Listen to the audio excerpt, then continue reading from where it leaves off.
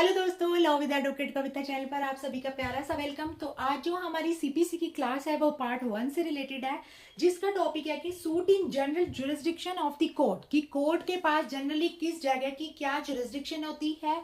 और most important topic that is res judicata. अब जो है रेस जुडिकाटा को हम समझेंगे इस सेक्शन के 11 के अंदर, लेकिन हम स्टार्ट जो करने वाले हैं class that is section from 9 से। तो सेक्शन 9 में फ्रेंड्स यहाँ पर कहता है, जो इसकी हेडिंग है कि कोर्ट ट्राई करेगा ऑल सिविल सूट। यहां पर कह रहा है सेक्शन 9 में कि court try all civil suit unless barred. ठीक है, तो यहां दे रखा है फ्रेंड्स कि जो भी कोर्ट है वो सभी तरह के सूट्स को डिसाइड करेगा, ट्राई करेगा, जब तक कि उसको एक्सप्रेसली या इम्प्लाइडली बार्ड ना किया गया हो। बार्ड का मतलब है उसे मना ना किया गया हो कि इस तरह के मैटर जो है डील करने की आपके पास जुरिस्डिक्शन नहीं है। जब तक उसको बार्ड ना किया गया हो एक्सप्रेसली या इम्प्लाइडली, दोनों में से किसी भी वे से, तब तक कोर्ट जो है सभी तरह के सिविल मैटर को डिसाइड करेगा जो भी सिविल नेचर के होंगे। ठीक है, इसी सेक्शन के अंदर हमें दो एक्सप्लेनेशन दे रखे हैं, जिसमें इन्होंने बता रखा है कि इन मैटर्स को भी हम क्या मानेंगे, सिविल नेचर का मानेंगे। पहला इन्होंने दे रखा है कि कोई भी सूट जहां पर राइट टू प्रॉपर्टी से रिलेटेड है। अब अगर हम बात करें सिविल नेचर की, तो यहां पर इन्होंने दे रखा है कि मान लो कोई राइट टू प्रॉपर्टी से रिलेटेड मैटर है, राइट टू प्रॉपर्टी, उसको भी सिविल नेचर का मानेंगे।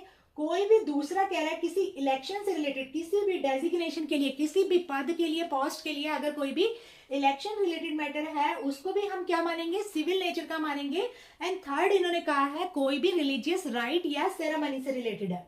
रिलीजियस यानी धार्मिक कोई भी राइट या प्रथा या फिर अधिकार से रिलेटेड है। रिलीजियस मैटर भी क्या मानेंगे, सिविल नेचर के मानेंगे। ठीक है, अब दूसरा यहां पर कह रहा है कि एक्सप्लेनेशन 2 ये कहता है कि ये जरूरी नहीं है कि इन तरह के ऑफिस में किसी भी फीस की रेलिवेंसी है या नहीं, फी अटैच है या नहीं। मतलब कह रहा है कि अगर इस लाइन को पढ़े, it is immaterial whether or not any fees are attach to the office, refer to explanation 1। कह रहे हैं कि ये जरूरी नहीं है कि ये जो है इसके साथ जो है फीस, जैसे हम इलेक्शन की बात करें तो इलेक्शन की जो रिलेटेड मैटर है उसमें कोई भी फीस थी या नहीं, तो फी रेलिवेंस नहीं है। अगर इस तरह के सब्जेक्ट मैटर है तो तीनों क्या मानेंगे, सिविल नेचर के मानेंगे अकॉर्डिंग टू सेक्शन 9। अब आ जाइए सेक्शन 10 पर, which is talking about res sub judice, जिसको हम क्या बोलते हैं, स्टे ऑफ सूट भी बोलते हैं। स्टे ऑफ सूट, यहां पर स्टे ऑफ सूट का मतलब है सूट पर, यानी जो भी पिटीशन हमने फाइल किया है, जो भी केस हमने फाइल किया है, उस पर रोक लगा देना। किन केसेस में रोक लगाई जाएगी फ्रेंड्स, तो यहां पर दे रखा है कि कोई भी कोर्ट ऐसे किसी भी ट्रायल को प्रोसीड नहीं करेगा जिसके अंदर जो मैटर इन इश्यू है, या तो वो डायरेक्टली जो है इश्यू में है, डायरेक्टली का मतलब सीधे तौर पर वो इश्यू में है। दूसरा कह रहा है या फिर वो सब्सटेंशियली जो है मैटर इन इश्यू में है। सब्सटेंशियली का मतलब है काफी हद तक जो है मैटर सेम है, सेम पार्टीज के बीच में है, ठीक है, और सेम टाइटल पे बेस्ड है, और सूट जो है वो पेंडिंग है किसी अदर कोर्ट में। कहने का मतलब है कि एक जो है सूट है, मान लो जिसके अंदर सेम ही पार्टी है, सेम ही टाइटल है, और उस तरह का केस जो है किसी कोर्ट में ऑलरेडी पेंडिंग है, और आपने वही मैटर क्या किया, किसी दूसरी कोर्ट में भी लगा दिया, तो वहां पर अगर पहली कोर्ट जो है, फॉर्मर कोर्ट, अगर उस मैटर को डील कर रही है, तो दूसरी कोर्ट क्या कर देगी, उस सूट पर स्टे लगा देगी। स्टे का मतलब रोक लगा देगी, क्योंकि दो सब्जेक्ट जो है सूट है सेम सब्जेक्ट मैटर से, दो कोर्ट में जो है फाइल नहीं किए जा सकते। ठीक है, अब यहां पर कह रहा है कि किसी भी कोर्ट में मैटर है, या फिर कह रहा है कि ऐसी कोर्ट में मैटर है जो कोर्ट जो है सेंट्रल गवर्नमेंट के अंडर आती है, भले ही वो कोर्ट जो है बियॉन्ड इंडिया हो, तो ऐसी दोनों कोर्ट को पास पावर है, वो स्टे लगा सकती है ऐसे सूट पे जो सेम टाइटल, सेम पार्टी से रिलेटेड है। सेक्शन 10 ये कहता है।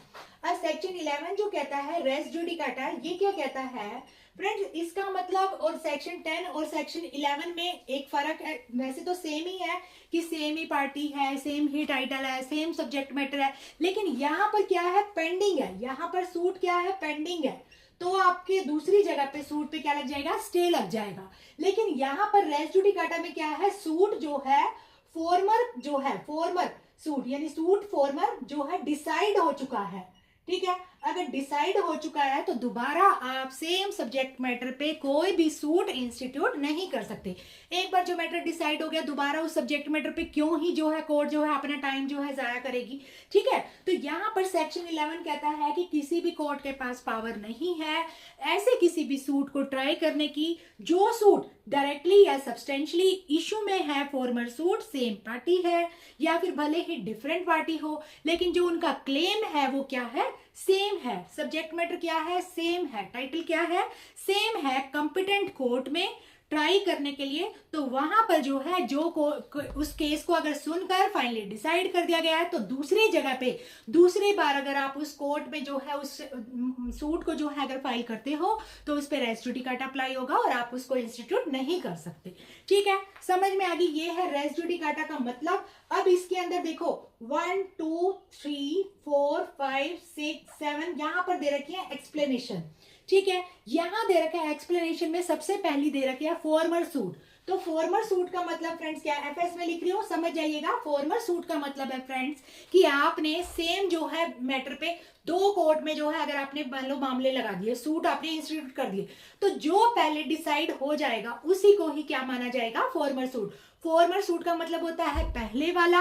अकॉर्डिंग टू सेक्शन 11 जो सूट पहले वाला डिसाइड हो चुका है, जो पहले डिसाइड होगा that is farmer suit. Second जो एक्सप्लेनेशन है इसके अंदर ये दे रखा है कंपिटेंस ऑफ कोर्ट का मतलब क्या होगा।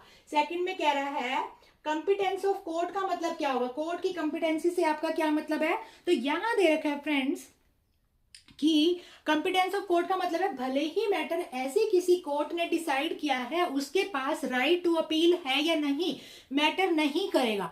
मींस ऐसी कोर्ट जिसके पास राइट टू अपील है या नहीं मैटर नहीं करेगा। अगर उसने डिसाइड किया है तो उस कोर्ट को क्या माना जाएगा, कंपिटेंस ऑफ कोर्ट माना जाएगा अकॉर्डिंग टू एक्सप्लेनेशन 2।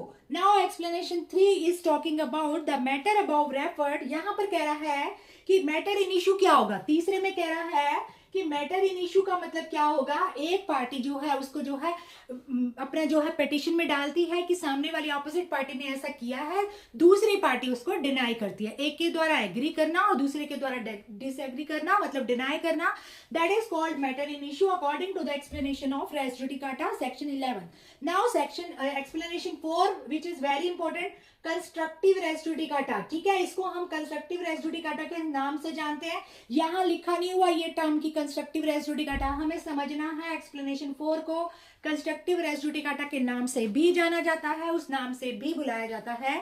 तो यहां कह रहा है कि कोई भी matter which might or to have ground of defence या अटैक, मतलब कह रहा है कि कोई भी मैटर ऐसा है उसके अंदर या तो डिफेंस का या फिर अटैक का, ठीक है, कोई भी ग्राउंड बनता था लेकिन आपने पहले उठाया नहीं, यानी ग्राउंड ऑफ डिफेंस या ग्राउंड ऑफ अटैक को अगर आपने फॉर्मर सूट में नहीं उठाया तो बाद में आपको क्या हो जाएगा, वहां पर जो है लिमिटेड कर दिया जाएगा। उसके बाद आपको राइट नहीं है कि आप उसी सब्जेक्ट मैटर पे दूसरे सूट को लाओ। यानी एक सूट के अंदर जिस इशू को डिसाइड किया जा सकता था आप उस सूट के अंदर ना लाके उसी पर्टिकुलर इशू पे कोई दूसरा केस लेकर आ गए तो उसको जो है डिसाइड नहीं किया जाएगा। यही है कंस्ट्रक्टिव रेस जुडिकाटा एक्सप्लेनेशन 4 के अंदर। अब एक्सप्लेनेशन 5 कहता है कि मान लो आपने प्लेंट के अंदर कोई भी रिलीफ क्लेम किया, ठीक है, आपने प्लेंट फाइल किया और आपने एक्सप्लेनेशन 5 के अंदर क्या किया, रिलीफ क्लेम किया, लेकिन उस रिलीफ को जो है यहाँ पर अगर आपको जो है उस रिलीफ से रिलेटेड जो है उस रिलीफ को एक्सेप्ट नहीं किया या वो रिलीफ आपको ग्रांट नहीं किया तो उसको रिफ्यूज माना जाएगा। ये मत समझना कि कोर्ट को याद नहीं रहा होगा, ऐसा नहीं होता। अगर किसी रिलीफ को ग्रांट नहीं किया गया इट मीन्स कि उसको क्या कर दिया गया है, रिफ्यूज और डिनाई कर दिया गया है। एक्सप्लेनेशन 6 को हम रिप्रेजेंटेटिव कैरेक्टर के नाम से जानते हैं, रिप्रेजेंटेटिव सूट के नाम से जानते हैं। एक्सप्लेनेशन 6 को रिप्रेजेंटेटिव सूट के नाम से जानते हैं। रिप्रेजेंटेटिव सूट का मतलब होता है कि जब एक से ज्यादा पार्टी बोनाफाइड किसी केस को जो है डील कर रही है, लिटिगेट कर रही है बोनाफाइड इंटेंशन से, और मान लो पब्लिक राइट से रिलेटेड कोई भी सूट है या प्राइवेट राइट से रिलेटेड कोई भी सूट है, लेकिन कॉमनली कोई पर्सन उस सूट को डील कर रहा है तो जो भी उसका डिसीजन होगा सब पे बाउंड होगा। According to explanation 6, representative suit. Now explanation 7 is talking about कि अगर एग्जीक्यूशन ऑफ डिक्री का मामला है ना, एग्जीक्यूशन ऑफ डिक्री का, तो उस केस में भी क्या होगा, रेस जुडिकाटा अप्लाई होगा। And last explanation 8 talking about कि मान लो कोई भी कोर्ट ऐसा है उसके पास लिमिटेड जुरिस्डिक्शन है। एक्सप्लेनेशन 8 क्या कहते हैं, ध्यान से समझिए। कोई कोर्ट ऐसा है जिसके पास लिमिटेड जुरिस्डिक्शन है, उस लिमिटेड जुरिस्डिक्शन के तहत उसके पास जो भी इश्यूज आए, यानी जो सूट जो पिटीशन है उसके पास फाइल हुई, उसमें से मान लो उसने किसी एक ही इशू को डिसाइड किया, तो उस एक इशू पे भी क्या होगा, रेस जुडिकाटा अप्लाई होगा according to explanation 8 of the section 11। समझ में आ गई इतनी बात। बहुत इजी वे में रेस जुडिकाटा बताया, जिसको जो है हवा माना जाता था, ये माना जाता था कि रेस जुडिकाटा तो समझ ही नहीं आता, तो इतने इजी वे में हमने आपको सेक्शन 11 को समझाया।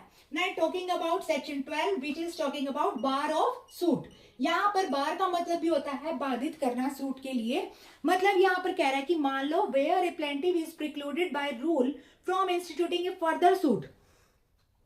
मान लो किसी कॉज ऑफ एक्शन पे प्लेंटिफ को क्या कर दिया, बाधित कर दिया कि आप इस सूट को जो है फाइल नहीं कर सकते, इंस्टीट्यूट नहीं कर सकते, तो वो एंटाइटल नहीं होगा उस कॉज ऑफ एक्शन पे किसी भी कोर्ट में। मान लो किसी कोर्ट ने यहाँ पर कह रहा है कि बार ऑफ सूट प्लेंटिफ से रिलेटेड है, ये सेक्शन 12 प्लेंटिफ से रिलेटेड है, और COA कॉज ऑफ एक्शन से रिलेटेड है।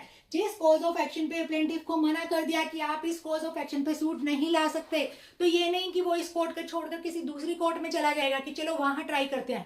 जहां पर आपको बार कर दिया वो बार हर कोर्ट के लिए रहेगा, फिर आप उसको दोबारा इंस्टीट्यूट नहीं कर सकते। अब यहाँ पर कहता है सेक्शन 13 टॉकिंग अबाउट की फॉरेन जजमेंट।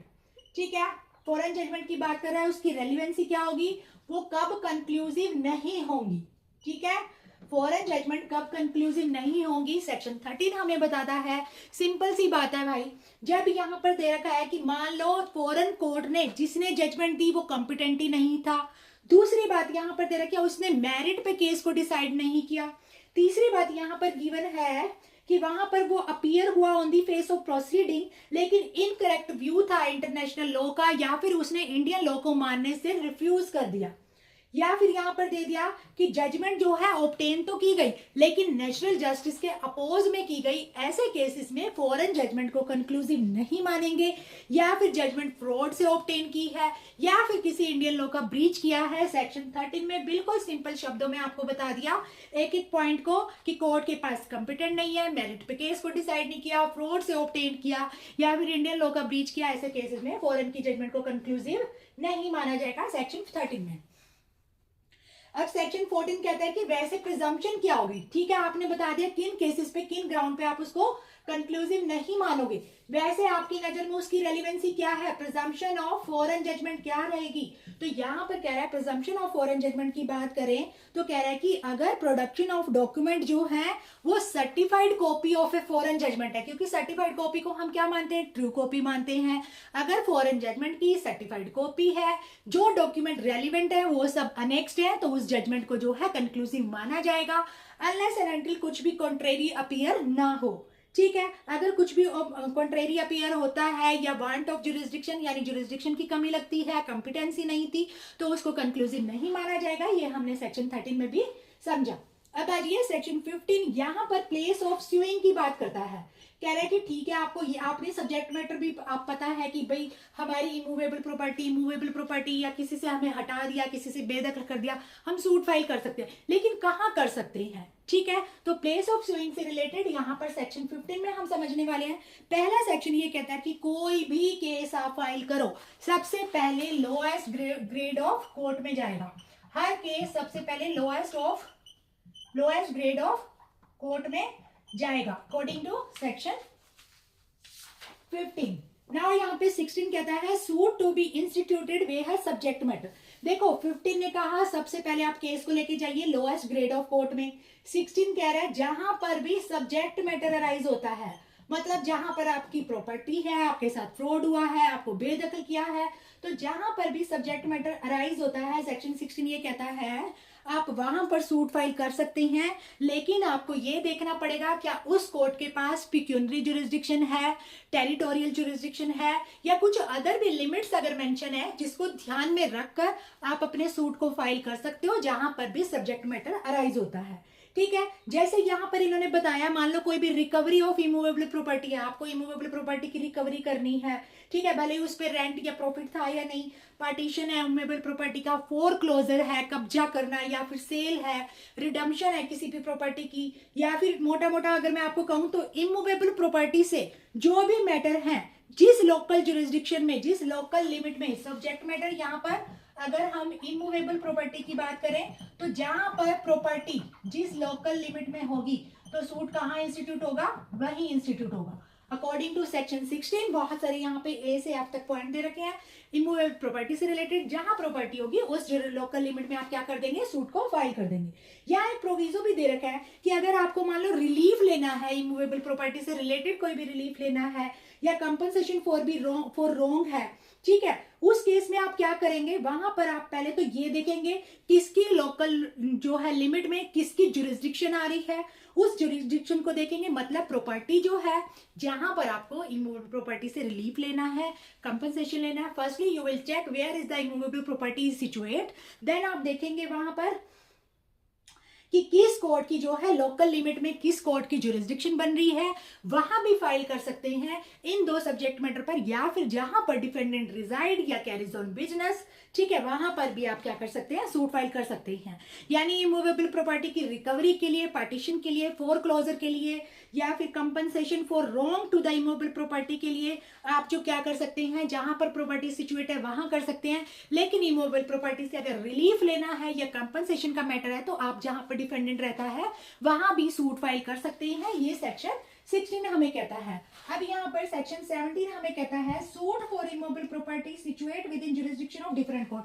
अब 17 क्या कह रहे हैं, मान लो कोई इमूवेबल प्रॉपर्टी का सूट है, यहाँ पर क्या हो रहा है कि दो कोर्ट की, एक C1 कोर्ट 1 और C2 कोर्ट 2 की जुरिस्डिक्शन बन रही है यहाँ पर, तो हम सूट कहाँ फाइल करेंगे फ्रेंड, तो जहां पर जिस भी कोर्ट की जुरिस्डिक्शन में पोर्शन ऑफ द प्रॉपर्टी आ रहा है, या हम कह सकते हैं पोर्शन ऑफ द प्रॉपर्टी आ रहा है, उस कोर्ट के पास जुरिस्डिक्शन हो जाएगी इमूवेबल प्रॉपर्टी से रिलेटेड मैटर को डील करने की। अकॉर्डिंग टू सेक्शन 17 जिस कोर्ट की जो है जुरिस्डिक्शन में पोर्शन ऑफ प्रॉपर्टी आएगी वहां पर जो है सूट डिसाइड किया जाएगा। लेकिन यहां पर एक शर्त भी दे रखी है, in respect of the value of the subject matter of the suit the entire claim is cognizable bye such court. कह रहे कि अब जो सब्जेक्ट मैटर है जिस कोर्ट के पास, मान लो क्या था, दो कोर्ट के पास जुरिस्डिक्शन आ रही थी, इसकी जुरिस्डिक्शन में पोर्शन ऑफ प्रॉपर्टी मतलब कुछ हिस्सा आ रहा था, तो इसने कहा चलो मैं ही डिसाइड करता हूं, तो अब उस प्रॉपर्टी की वैल्यू से रिलेटेड भी अगर मैटर होगा तो उसकी कॉग्निजेंस भी कौन लेगा, यही कोर्ट लेगा। कौन सा कोर्ट, जिसकी जो है जुरिस्डिक्शन में पोर्शन ऑफ प्रॉपर्टी आ रहा है,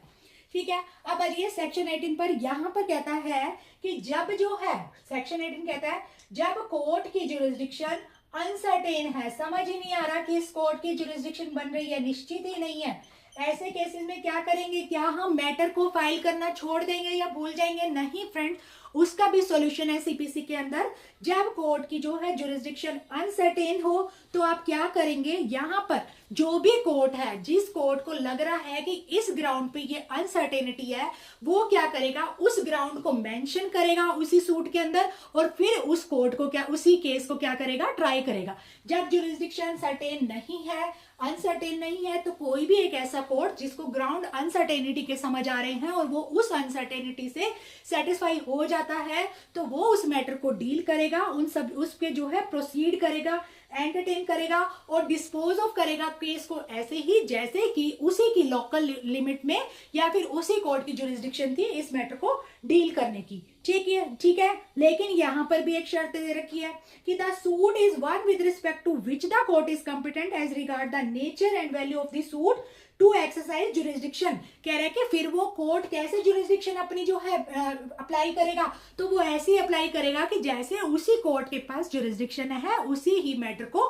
डील करने की, ठीक है। मतलब उस सब्जेक्ट मैटर का जो नेचर है उसी के अकॉर्डिंग अपनी जुरिस्डिक्शन को एक्सरसाइज करेगा वही कोर्ट। दूसरे यहाँ पर कह रहा है कि पहले तो कोर्ट को क्या करना पड़ेगा, अगर सेटिस्फाई हो रहा है अनसर्टेनिटी के ग्राउंड पे, उसको स्टेटमेंट लिखनी पड़ेगी भाई क्या अनसर्टेनिटी का ग्राउंड है। दूसरा सबसेक्शन ये कह रहा है अगर उसने स्टेटमेंट नहीं लिखी कि किस ग्राउंड पे अनसर्टेनिटी थी, तो कोई भी ऑब्जेक्शन लिया जा सकता है एपीलेट कोर्ट के सामने या रिविजनल कोर्ट के सामने, किसी भी डिक्री ऑर्डर से related by the court not having jurisdiction लेकिन यहाँ पर कह रहा है the appellate and revisional court objection नहीं यहाँ पर लेगा जब तक कि उसके ओपिनियन से at the time of institution of suit no reasonable ground for uncertainty. कह रहा है कि यहाँ पर देखो, सिंपल सी बात समझिए, यहाँ कह रहा है सेक्शन 18 में ऐसे कोर्ट हैं जिनको जुरिस्डिक्शन अनसर्टेन है, पता ही नहीं चल रहा कौन से कोर्ट के पास जुरिस्डिक्शन है। तो कोई कोर्ट क्या करेगा, जो अनसर्टेनिटी के ग्राउंड को समझता है, अगर वो सेटिस्फाई होता है, वो एक स्टेटमेंट रेड डाउन करेगा कि मैं इसको जो है केस को डील कर रहा हूं। फिर उसके पास वो सारी जुरिस्डिक्शन आ जाएगी जो उस सब्जेक्ट मैटर से रिलेटेड नेचर जो है उससे रिलेटेड जिस भी कोर्ट के पास जुरिस्डिक्शन होगी वो उसी जुरिस्डिक्शन को एक्सरसाइज करेगा।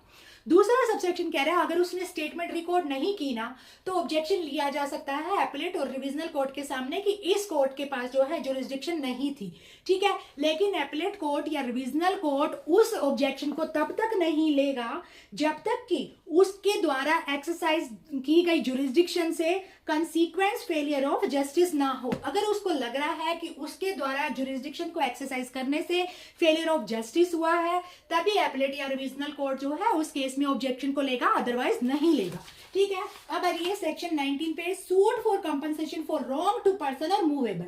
अभी हमने पढ़ा था इमूवेबल प्रॉपर्टी से रिलेटेड कोई भी कंपनसेशन लेना है, रिलीफ लेना है, जहां प्रॉपर्टी सिचुएट है वहां भी केस फाइल कर सकते हैं, या जहां पर डिफेंडेंट जो है रिजाइड, वॉलेंट्री या कैरीज ऑन बिजनेस वहां भी कर सकते हैं। अब यहाँ पर जो 19 में कंपनसेशन की बात हो रही है ना, वो बात हो रही है मूवेबल प्रॉपर्टी से रिलेटेड, कंपनसेशन मूवेबल प्रॉपर्टी से रिलेटेड। तो इसका मतलब क्या है फ्रेंड्स, यहाँ पर कह रहा है कि जहां पर suit for compensation for wrong done to the person या मूवेबल प्रॉपर्टी, अगर मान लो जो रॉन्ग डन हुआ है वो ऐसी कोर्ट की जुरिस्डिक्शन में हुआ है, एक जहां पर जिस लोकल जुरिस्डिक्शन में हो वन कोर्ट, यानी जहां पे रॉन्ग हुआ है उस रॉन्ग की अकॉर्डिंग जो जुरिस्डिक्शन बनती है किसी और कोर्ट की बनती है, लेकिन जहां पर डिफेंडेंट रिजाइड करता है वहां पर जुरिस्डिक्शन जो है किसी और कोर्ट की बनती है।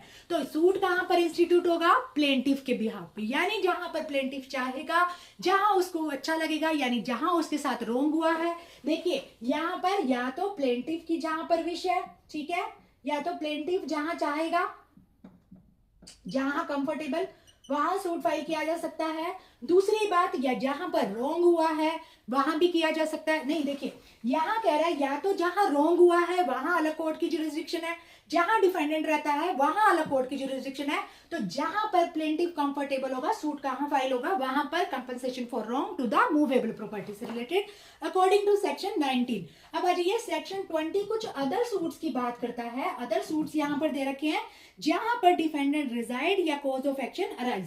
तो कह रहा है अदर सूट कहां इंस्टीट्यूट होंगे, कहां इंस्टीट्यूट होंगे, या तो जहां पर कॉज ऑफ एक्शन अराइज हुआ है, मतलब जहां पर जो है आपके साथ कुछ रॉन्ग हुआ है, आपका कॉज ऑफ एक्शन अराइज हुआ है, या फिर डिफेंडेंट जहां रहता है वहां होंगे। ये कौन बताएगा हमें, सेक्शन 20 बता रहा है। तो सेक्शन 20 को रीड करते हैं। सबसे पहली बात ये कह रहा है 16, 17 और 18 में जो भी मैटर दे रखा है उनकी जुरिस्डिक्शन तो वही मानी जाएगी 16, 17, 18 में। यानी यहां हमने पढ़ा कोर्ट की जुरिस्डिक्शन अनसर्टेन है, यहां पर दो कोर्ट की जुरिस्डिक्शन बन रही है, या फिर यहां पर जहां पर सब्जेक्ट मैटर अराइज हो रहा है इमूवेबल प्रॉपर्टी से रिलेटेड, इनके जो हमने आपको बता दिया इस मैटर के केस कहां इंस्टीट्यूट होंगे बता दिया। अब कह रहा है उनको मद्देनजर रखते हुए हर सूट इंस्टीट्यूट होगा जिस लोकल लिमिट में जिसकी जुरिस्डिक्शन होगी, मतलब whose court within the local limit of whose jurisdiction the defendant या ईच डिफेंडेंट में, या तो मान लो जहां पर डिफेंडेंट रहता है वहां फाइल होगा, या मान लो किसी केस में एक से ज्यादा डिफेंडेंट है, ठीक है, एक से ज्यादा डिफेंडेंट है और जहां पर वो एक्चुअली या वॉलेंटरी रिजाइड या कैरी ऑन बिजनेस या पर्सनली वर्क ऑन गेन। मोटा मोटा देखो ओवरव्यू समझिए, सेक्शन 20 में डिफेंडेंट को इम्यूनिटी दी गई है, भाई जहां तू रहता है जहां बिजनेस करता है वहां पे भी केस फाइल किया जा सकता है। कुछ अदर सूट से रिलेटेड जहां पर कॉज ऑफ एक्शन अराइज हुआ है या तो उससे रिलेटेड, या जहां पर जो है डिफेंडेंट रहता है, दोनों जगह पे केस फाइल होगा अकॉर्डिंग टू सेक्शन 20। अगर एक से ज्यादा डिफेंडेंट है तो eight the time of commencement of suit, जब सूट को इंस्टीट्यूट किया था तब डिफेंडेंट कहां रहता था, कहां बिजनेस करता था, वहां पर सूट को इंस्टीट्यूट किया जाएगा। या दूसरी बात कह रहा है यहां पर कि जहां पर एनी ऑफ द डिफेंडेंट, मतलब किसी भी डिफेंडेंट की जहां पे मतलब रेजिडेंशियल एरिया में अगर एक डिफेंडेंट है तो जहां वो रहता है, जहां बिजनेस करता है, वहां सूट फाइल कीजिए। एक से ज्यादा डिफेंडेंट है तो किसी भी डिफेंडेंट के जो है रेजिडेंशियल एरिया में आप जो है सूट फाइल कर सकते हैं। लेकिन लेकिन लेकिन यहाँ पर शर्त है कि आपको सबसे पहले क्या करना पड़ेगा, कोर्ट की परमिशन लेनी पड़ेगी ऐसी जगह के लिए जहां पर डिफेंडेंट ना तो रहता है, ना बिजनेस करता है, ना वो वहां पर क्या करता है, पर्सनली वर्क फॉर गेन करता है। तो वहां पर आपको क्या करना पड़ेगा, कोर्ट की परमिशन लेनी पड़ेगी। मतलब सेक्शन 20 आपको कहता है जहां डिफेंडेंट रहता है या कॉज ऑफ एक्शन अराइज हुआ है वहां आप सूट फाइल कीजिए। अगर उसके अलावा कहीं सूट फाइल करना है तो कोर्ट की परमिशन लीजिए, या जहां पर कॉज ऑफ एक्शन जो है होली या पार्शियली अराइज हुआ है वहां भी आप सूट फाइल कर सकते हैं अकॉर्डिंग टू सेक्शन 20, यहां पर डिफेंडेंट को इम्यूनिटी दी गई है। ठीक है। और सेक्शन 21 में 3 पॉइंट जो है इंपॉर्टेंट है, यहाँ पे समझिए। सेक्शन 21 आज का लास्ट सेक्शन है। सेक्शन 21 हमें ये कहता है कि आपने ये बता दिया कौन सा सूट कहाँ फाइल कर सकते हैं, किसकी जुरिस्डिक्शन है, कहाँ पे प्लेंटिफ की चलेगी, कहाँ पे डिफेंडेंट की चलेगी। तो सेक्शन 21 कहता है क्या ऑब्जेक्शन भी ले सकते हैं क्या? यस, यहाँ पर आप ऑब्जेक्शन ले सकते हो। एपलेंट और रिविजनल कोर्ट में आप ऑब्जेक्शन ले सकते हो, लेकिन उस ऑब्जेक्शन की कंडीशन है कि वो ही ऑब्जेक्शन आपने पहले ट्रायल कोर्ट में भी लिया हो। ऑब्जेक्शन जो है फर्स्टली आपको कहाँ लेना है, फर्स्टली आपको ट्रायल कोर्ट में लेना है। अगर आप ट्रायल कोर्ट में नहीं लेते हो तो डायरेक्ट एपीलेट कोर्ट में या फिर रिविजनल कोर्ट में आपके ऑब्जेक्शन को नहीं लिया जाएगा। अब ऑब्जेक्शन आप किन बेसिस पे ले सकते हैं, 3 यहाँ पर सिचुएशन दे रखी हैं कि जहां पर अगर आपको लग रहा है कि प्लेस ऑफ स्यू जो है, यानी जो मतलब जो प्लेस था इंस्टीट्यूशन ऑफ सूट का, उससे रिलेटेड आपको ऑब्जेक्शन है। दूसरा यहाँ पर कह रहा है कि आपको कोर्ट की कंपिटेंसी पे शक है, तो उससे रिलेटेड भी अगर आप ऑब्जेक्शन लेना चाहते हो। तीसरा यहाँ पर दे रखे हैं जो कोर्ट डिक्री को एग्जीक्यूट कर रहा है उसकी कंपिटेंसी पे भी अगर आपको शक है तो आप ऑब्जेक्शन ले सकते हो अकॉर्डिंग टू सेक्शन 21। लेकिन शर्त ये है, एपीलेट कोर्ट और रिविजनल कोर्ट आपका जो है ऑब्जेक्शन तभी लेगा, आपने वो ऑब्जेक्शन ट्रायल कोर्ट में भी लिया था लेकिन ट्रायल कोर्ट में आपके ऑब्जेक्शन को एक्सेप्ट नहीं किया गया था। ये थी हमारी सीपीसी की class, basic to advance level की थी। बहुत अच्छे से हमने वन लाइनर फॉर्म में एग्जाम सेंट्रिक क्वेश्चन पर्पज से जो है बहुत अच्छे से की है। आई होप ये क्लास आपको अच्छी लगी होगी। मिलते हैं नेक्स्ट वीडियो में। Bye bye, thank you.